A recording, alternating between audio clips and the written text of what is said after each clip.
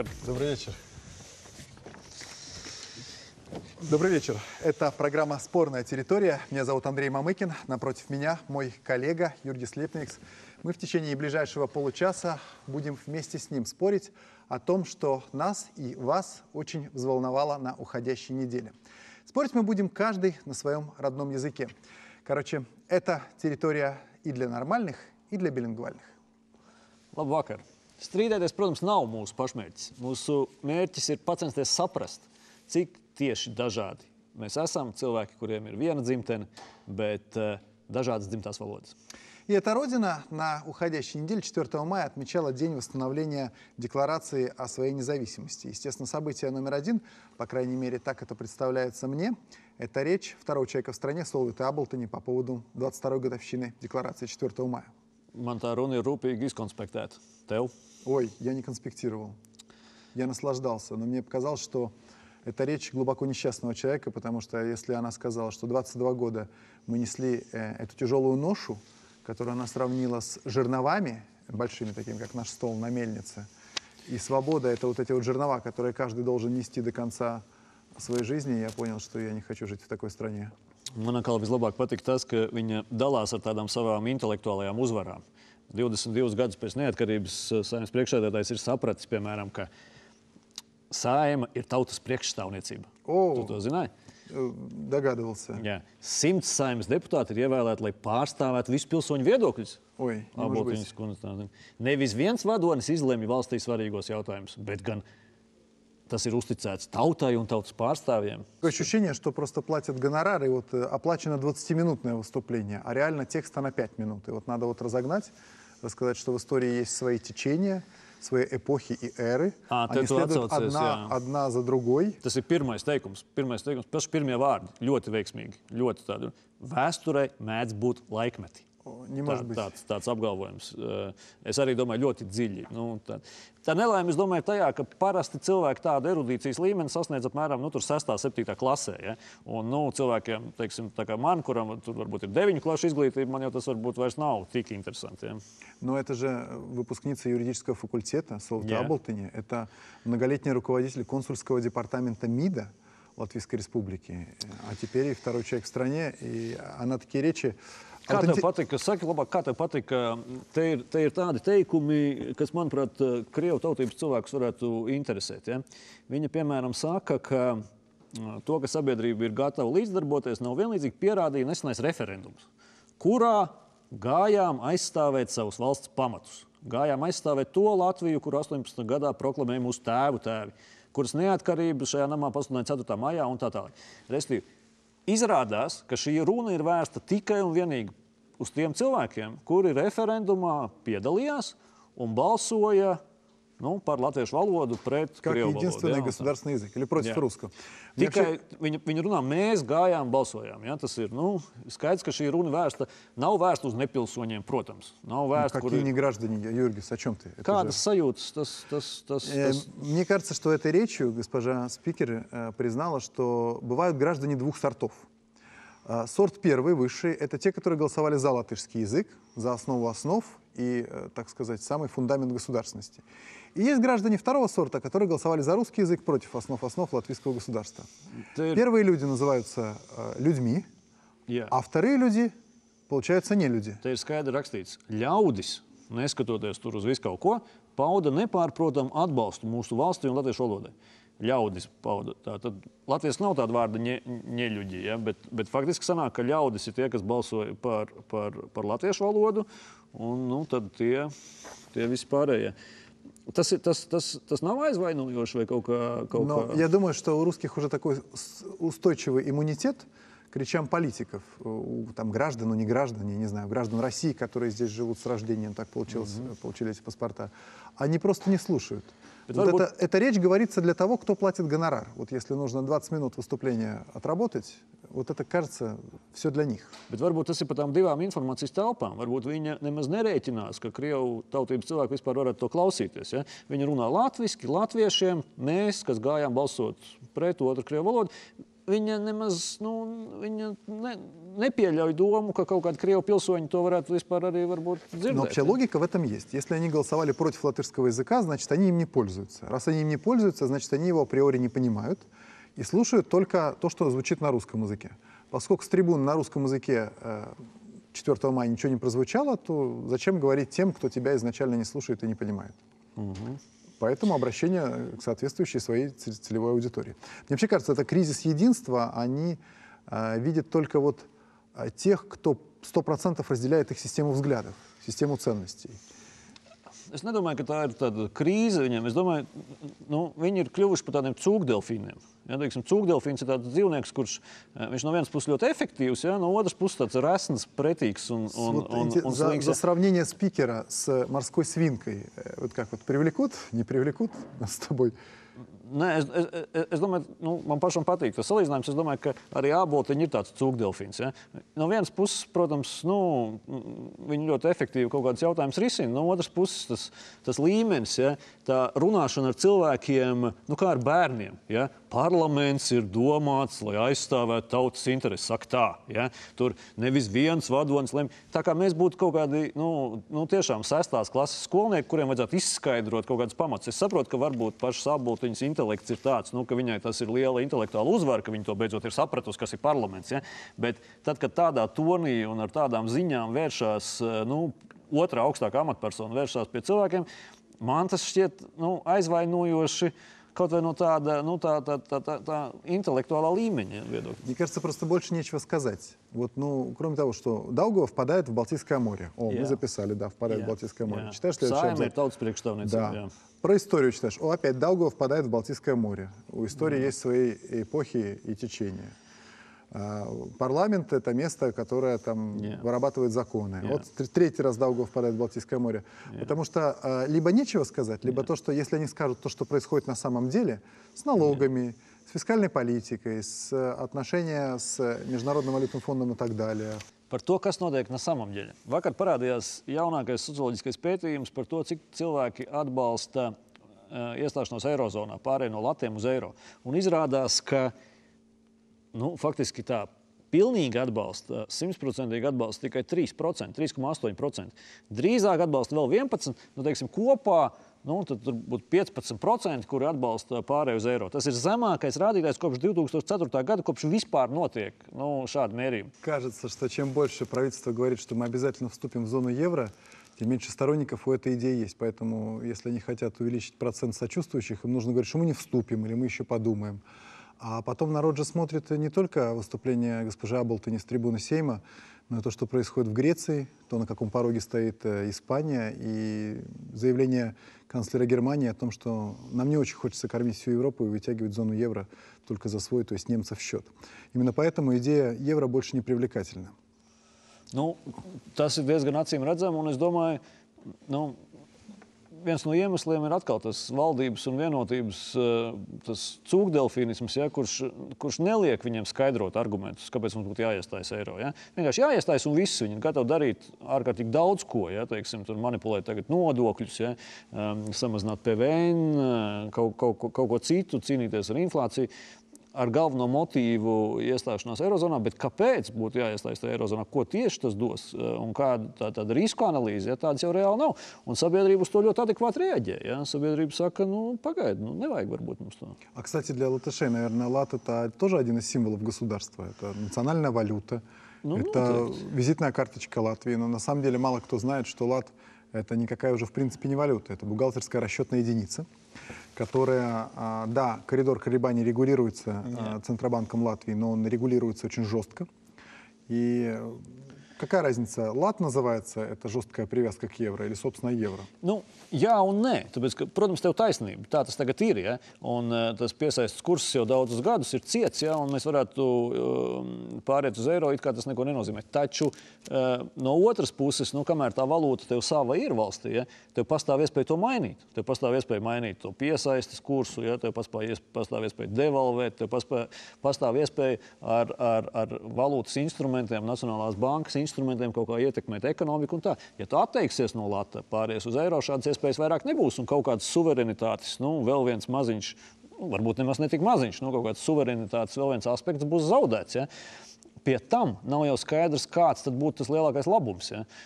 Un tā diskusija par šiem jautājumiem notiek kaut kādā ļoti šaurā Twitterī, es nezinu, tur Kokins ar Ošlai vai kaut kur daži oponenti kaut kur ļoti specifiskās aprindās par to diskutē. Valdība izliekās, ka tas ir nolemts, skaidrs, viennozīmīgs, vispār nekādu jautājumu nav. Mums par to vispār nav jārunā. Ja? Мне кажется, это и есть цинизм политики Домбровскиса, кабинета его и всего единства.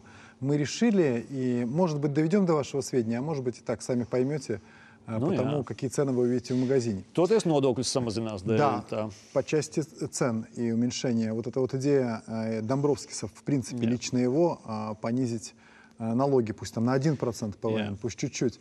Но мне кажется, реально потребитель не увидит понижения этого налога, потому что даже та дельта, которая будет выиграна за счет налоговой нагрузки, торговые сети, торговцы оставят цены на том же уровне, потому что нет реальной конкуренции даже среди торговцев. Galvenais ir tas, ka valdība mums solīja samazināt darba spēka nodokļus, nevis patēriņa nodokļus. Un tādā ziņā būtu jāmazina nodokļi, kas reāli palīdzētu ekonomikai, un tas būtu tiešām nevis par 1% iedzīvotāju ienākumu nodokli, bet tur izdarīt solīto. Patiesībā jau apsolīto. Другой вопрос, насколько Международный валютный фонд жестко контролирует налоговую политику. Ведь если верить министру финансов Вилксу, их слова — это только так, рекомендация, мы сами самостоятельные, мы никогда не смотрим на них, не слушаем, что они говорят. На деле, конечно, получается совсем не так. Es arī neteiktu, ka tas obligāti slikti. Nekas jau, ja mēs vispār sekojam. Все-таки ментальность другая, чем в Греции у людей в Латвии. Потому что если как в Греции у нас вышли бы все, начали громить отделение банков и костерить правительство, может быть, и налоговая политика была бы совсем другая. Un šī ziņā gan krievi, gan latvieši ir vienlīdz atšķirīgi no grieķiem. Ja? Ну, получается так, все, кто живет здесь, на этой, пусть и очень спорной территории.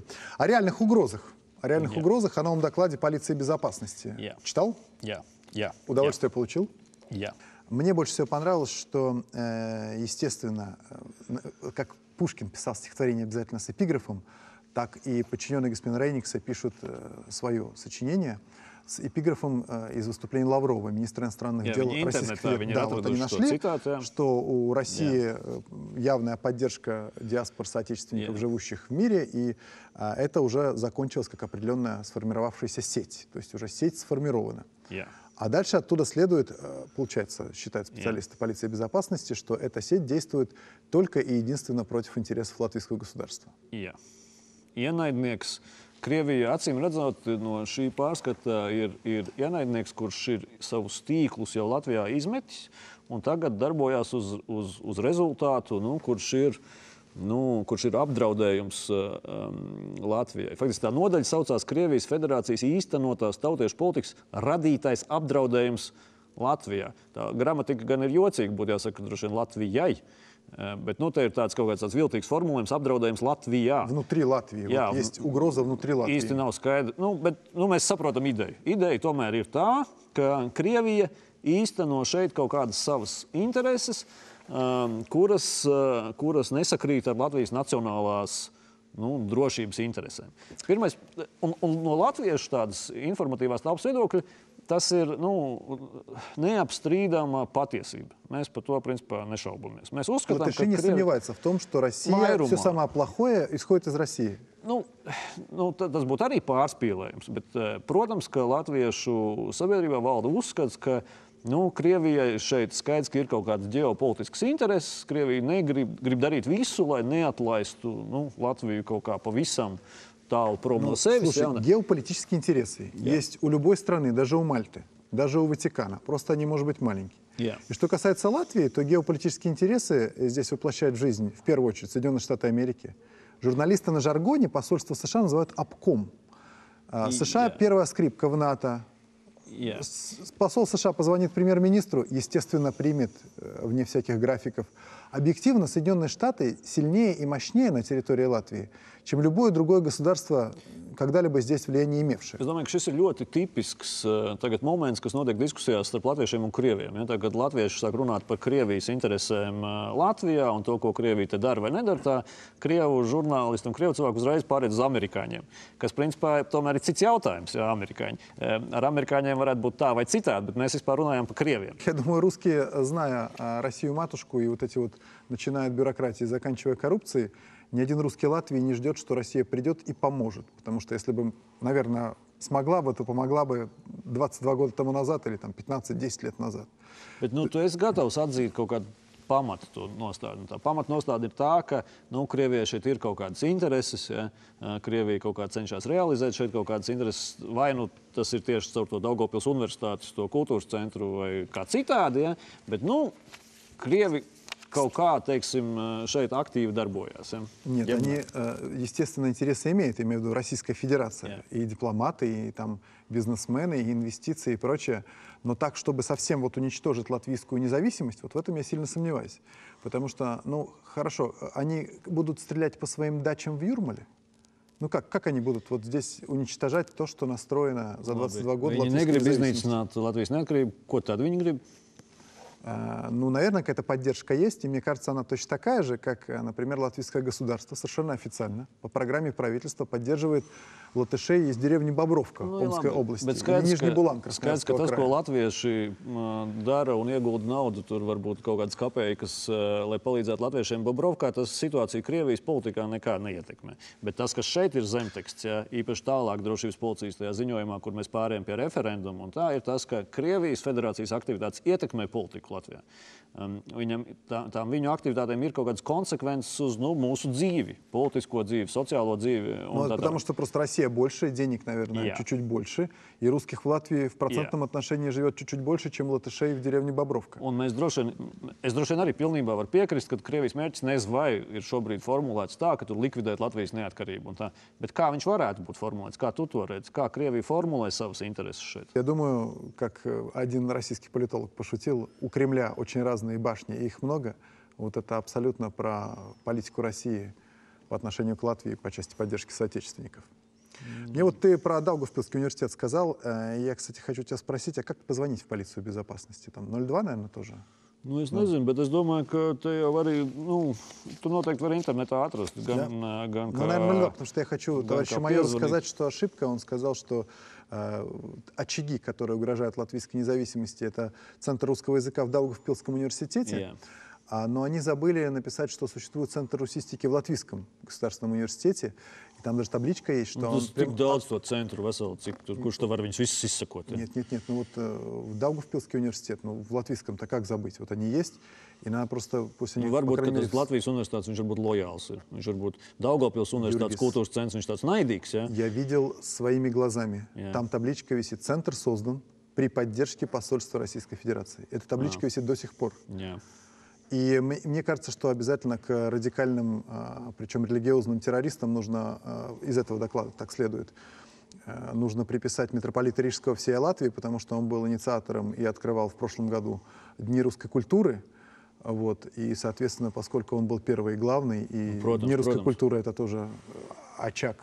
Krievu kultūra, vispār Krievu kultūras izplatīšanās ir draudz Latvijas nacionālās drošības interesēm. Tas arī šeit ir skaidrs. Ja? Tāpēc, ka Krievu kultūras kaut kāda tāda iespiešanās, viņa, protams, apdraud mūsu nacionālās intereses kaut kādā veidā. Мне кажется, что кризис не прошел стороной и полицию безопасности, и как вот там студенты подрабатывают, вероятно, госпоже Аблтоне, пишут доклады. Там, наверное, школьники, да, мы выяснили. Тут, наверное, все-таки студенты, второкурсники пишут доклады в полиции безопасности, потому что можно почитать 3 газеты, больше ничего не читать и написать точно такой же доклад. Man arī liekas, ka no tāda sabiedrisko attiecību viedokļa vai tāda sabiedrības viedokļa latviešiem tā nekā interesanti nav. Viņi pateica to, ko mēs jau visi zinām. Krievija ir naidīga valsts, kur Latvijā ir izvērsusi tīklu ar organizācijām un cilvēkiem, kuri tagad tur kaut kā ļoti aktīvi darbosies. Savukārt to krievisko sabiedrības daļu šeit droši vien kārtējo reizi kaut kā отгружу он отбайда. Такая реакция будет.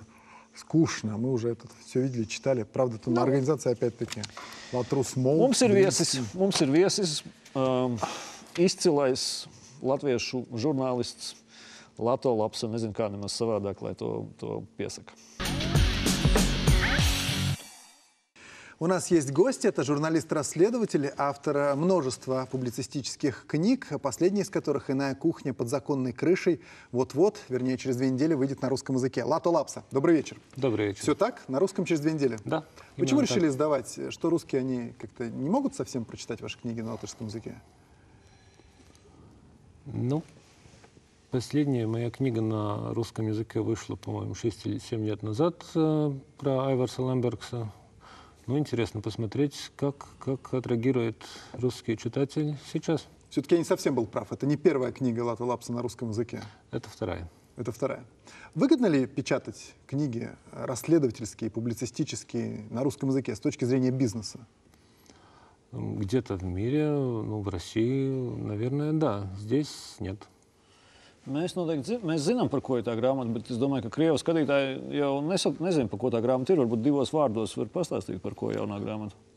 Grāmata ir par to, ka, nu, ļoti īsi, ka jebkurš Latvijas iedzīvotājs nevar būt drošs, ka vienu dienu viņu nepaņem pie rīkles mūsu cienījamais korupcijas novēršanas apkarošanas birojas vai kā citas spēcdienests vai tiesības sargāšanas iestādes. Ne tāpēc, ka viņš kaut ko nozadzis, nolaupījis vai tam līdzīgi, bet vienkārši tāpēc, ka viņš pagadās neīstā vietā un laikā, un tāpēc ir vainīgs. Честно говоря, я в это не совсем верил, потому что, читая отчеты, как последний отчет полиции безопасности за период 2011 года, только-только опубликованный, мне вот кажется, что мы с Юргисом говорили, какие-то студенты, второкурсники сидят и пишут эти отчеты. И я не верю, что латвийские спецслужбы настолько сильны, что могут, как вы говорите, взять любого за горло и повесить все, что им хочется. Они могут. Другое дело, что они потом не всегда могут объяснить, почему они это сделали.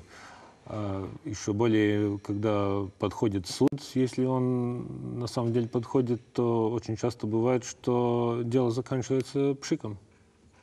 Šī sakarā es gribēju pajautāt par jauno prokuroru Eriku Kalmēru, kādu laiku jau Kalmēra kungs strādā.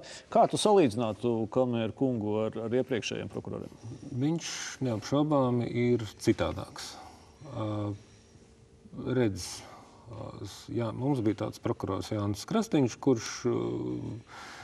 kuru politiskais spiediens placināja, kamēr viņš tur beigās aizgāja galīgi plakans un pēc tam dzīvoja zaļi, bet, nu, aizgāja. Yeah. Bija Jānis Mezītis, kas neaizgāja tik plakans, bet kurš arī bija patiesībā ļoti piesardzīgs un konjunktūru jūtošs cilvēks. Nešaubīgi, jā. Pilnīgi, jā. Eriks Kalmējers ir citādāks. Vai tas nāks par labu vai par sliktu Latvijas valstī un tiesiskumam, un, lai ko mēs ar to saprastu, bet viņš ir citādāks. Viņš ir cietais rieksts, kas būs vienādi ciets gan tiesiskuma koalīcijai, gan oligarhiem, jaunajiem, vecajiem, vidējiem un tā tālāk.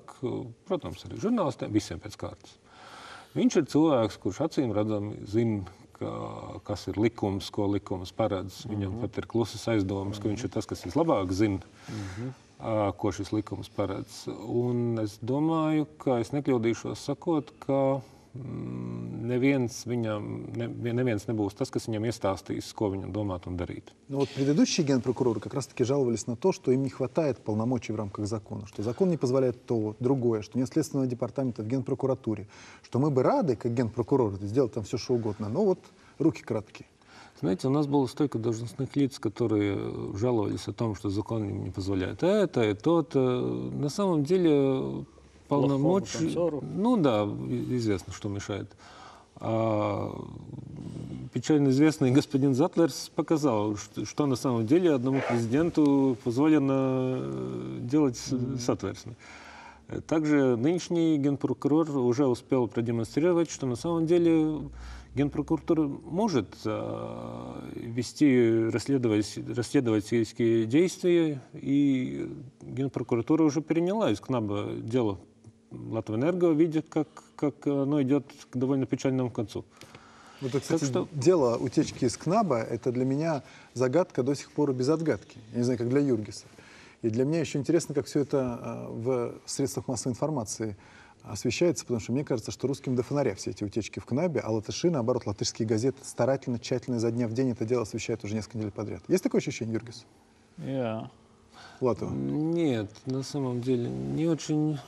Я не вижу и того, чтобы латышские газеты изо дня в день следили за делом утечки из Латвэнерго. Но латышских газет осталось столько, сколько осталось, и они занимаются тем, чем занимаются, и им владеют те, кто владеет. Bet atgriežoties pie tavas grāmatas un pie ģenerāla prokurora, mums ir cerības, ka jaunais prokurors ir tas cilvēks, kurš kaut ko varētu ar savu personību lietas labā mainīt. Ja? Lai nav tā Latvijā, kad pēcdienas var tiešām, kā tu apraksti savās grāmatās, visu to. Viņš ir tāda līmeņa personība? Nezinu, vai viņš ir akurāti tāda līmeņa personība, bet neapšaubāmi, ka viņš ir tas, kurš ar savu paštaisnumu un spītīgumu, stūrgalvīgumu, vai kā to sauc, var kaut kādos brīžos būt šis te balansējošais, vai kā to saukt, elements. Gan tikpat labi uz vienu pusi, kā uz otru pusi. Ja mēs paskatāmies kaut vai pēdējā laika notikumus, tad, piemēram,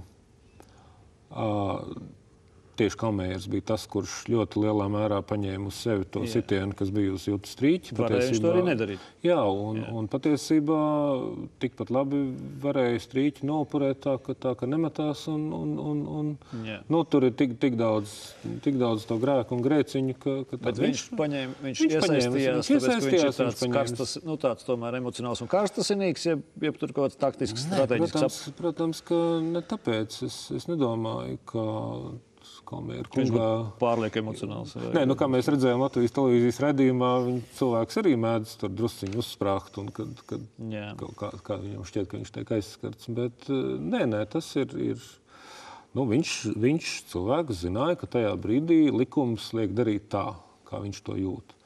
Bet tajā pašā laikā ir gadījumi, kad šis pats ģenerālprokurors ir šeit pašai Strīķēns ar Černokam skaidri un gaiši norādījis, ka tas, ko jūs zēnu meitenes darat, ir neiedzīgi, pretiesiski un lūdzu nekad tā vairāk nedariet. Portālā pieteik nākamnedēļ, domāju, būs pāris materiāli šai sakarā, kas to uzskatām parādīs. Un gal galā domāju, ka tas ir pilnīgi pamatoti apgalvot, ka, ja nebūtu Kalmējera kunga pozīcijas un būtu tikai Strīķes kundzes pozīcija, tad visi portāli pieteik redzamākie pārstāvji šo brīdi būtu izkratīti jau pirms nedēļas vai divām. Nezinu, vai tu īpaši būtu, teiksim, īpaši žēlotos arī par tādu scenāriju.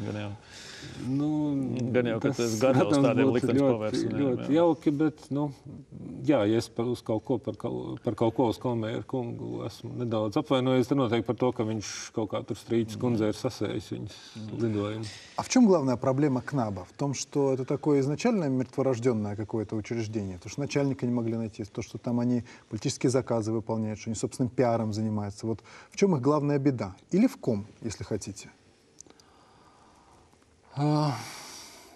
Понимаете, и так достаточно трудно построить дом, даже когда у вас имеются все чертежи, и есть опыт построения домов.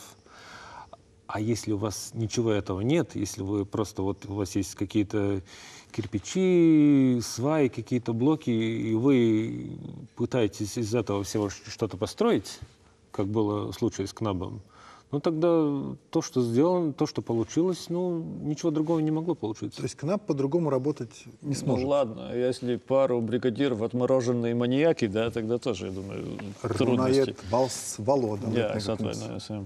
Ничего другого не могло получиться. Жалько? Жал? Могло быть и хуже, конечно.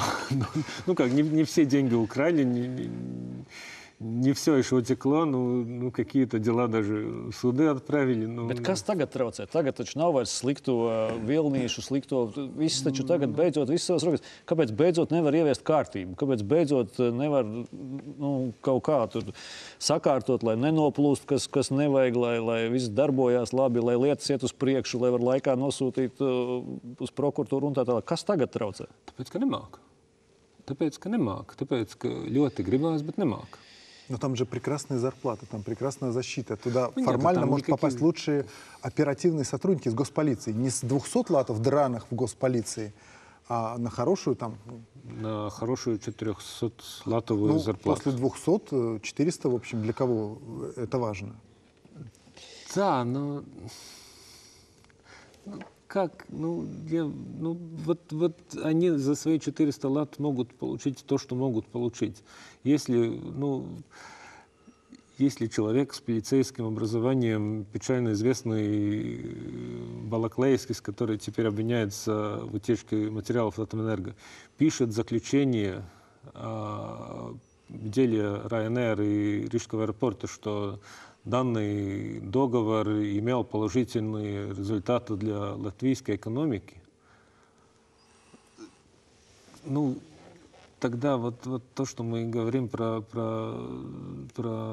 документ полиции безопасности, там же сидят такие же второкурсники, которые пишут о делах, которых не понимают ни черта. То есть сейчас вот удел КНАБа на ближайшее будущее — это ловить докторов с 5 латами в конверте в кармане, да?